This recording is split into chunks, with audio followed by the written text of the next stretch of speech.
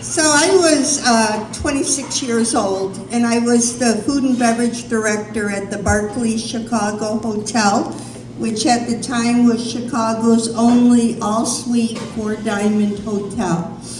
And the dining room in there was the Barclay Club, which was Chicago's oldest private dining club.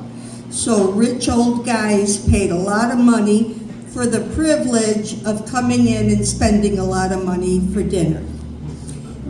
I lived in Lincoln Park, and honestly, at 26, I had it all. Things were really, really good, except for an air conditioner. I did not have an air conditioner, and that summer was so damn hot, I couldn't believe it.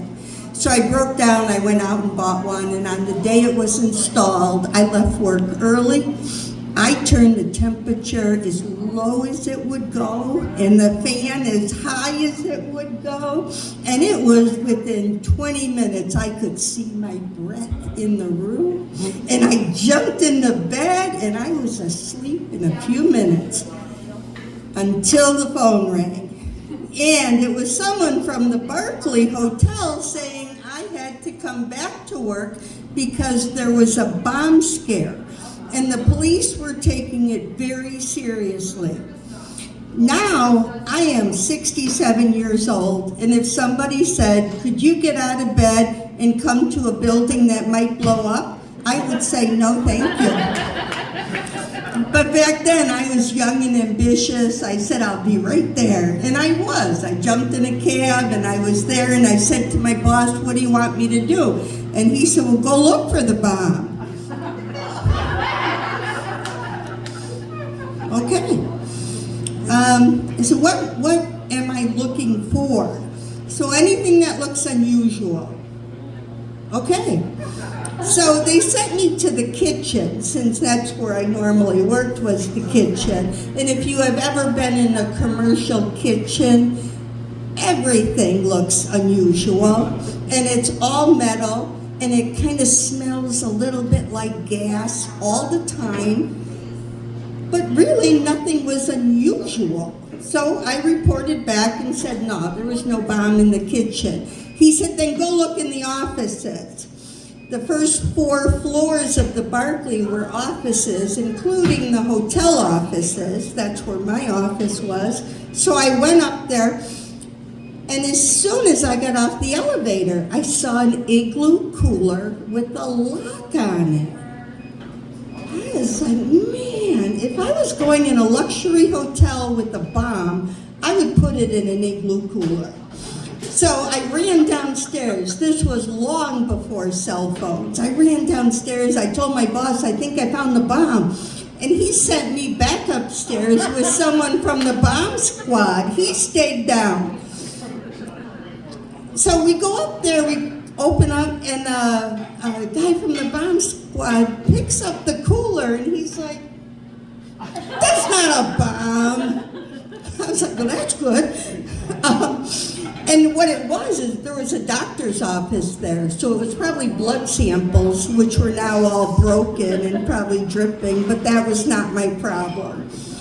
So I looked around the office, there was no bomb, and now it's getting to be around midnight. The bomb is supposed to go off at 2.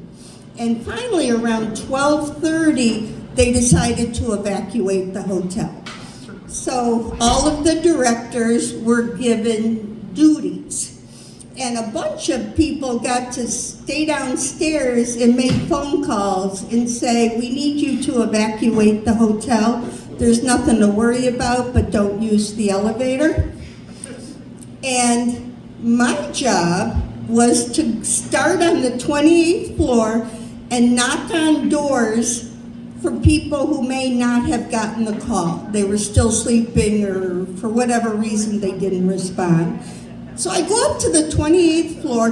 There's 6 rooms per floor, and now it's like 1:45, 1:50. I'm like, what if this guy's on Eastern time? And I'm panicking. I'm getting really scared. So I was like, knock, knock, knock, knock, knock, knock, knock, knock, fast as I could. And then I'd run down the stairs, knock, knock, knock, knock, knock, knock. There was nobody up there. Knock, knock, knock, knock, knock, knock. Some guy answered. This guy had been drinking since Tuesday, I swear. I said, buddy, you need to evacuate. He's like, ejaculate? What are you talking about? I'm risking my life for you? You're on your own, buddy. Don't use the elevator. So I kept going. Finally, I get to the bottom. There was no bomb. In the end, there was no bomb. But my favorite person, while all this was going on, was the director of sales, because she got to stand in the lobby, and as people came down, they were crabby. You can imagine how you'd feel. Crabby, tired, they're in their pajamas, and she's telling them, we are transporting you to the Knickerbocker Hotel, a lovely property east of Michigan Avenue with the same amenities. I'm like, Jesus, just get them out of here. So in the end, there was no bomb. We all got to sleep late the next day because all of our guests were at the Knickerbocker, a lovely property east of Michigan Avenue. Thank you.